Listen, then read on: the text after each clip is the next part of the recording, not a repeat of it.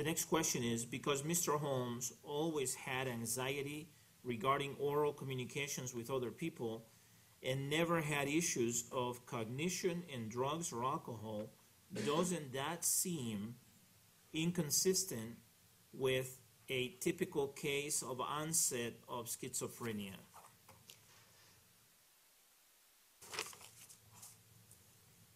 Anxiety, people with schizophrenia across age group, before the onset of the psychosis process emerge, it's characterized by high level of anxiety.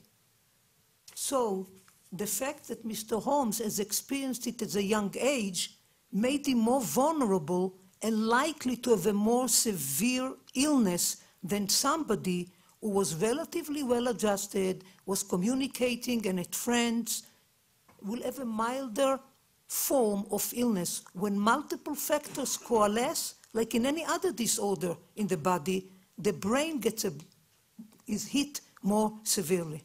The next question is, could Mr. Holmes be manipulative regarding the call for action? I do not believe that he was manipulative. He used similar words of floodgates opening, I needed to do that, mission, with me and with other professionals. Call for action, if you Google call for action, you will see that there are about, in quote, there are about 30,000 references in Google for call for action. It is common, it's used commonly. I did not tell Mr. Holmes to use call for action because it was the last chapter in my book, Call for Action for Mental Health, to the public. Let's do something about it. I did not use it. Are there any tests shown to show a level of manipulation in a person or client, if you know?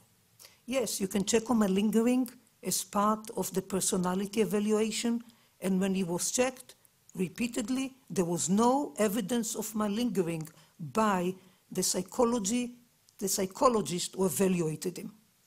If he was capable of manipulating, is there a way to know when he was being manipulative?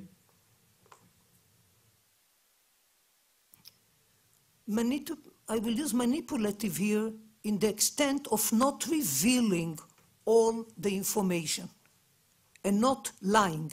There were times, and I repeatedly said it in my report and in the presentation here, that it was very guarded. It was like pulling teeth. This was why I repeatedly, part of what I repeatedly saw him. If you'd have been, eloquent and just saying one thing after another, it would have been relatively easy. But I did not see evidence for manipulation. I asked the questions in different ways and repeatedly, and in looking over my note, it was consistent. And when looking at other reports, it was consistent. I did not learn anything new. So I will say guarded, and at times maybe difficult to say, to let me know how sick he was. What states are you licensed in? Pennsylvania. I was trained in Pennsylvania and lived in Pennsylvania throughout my professional life.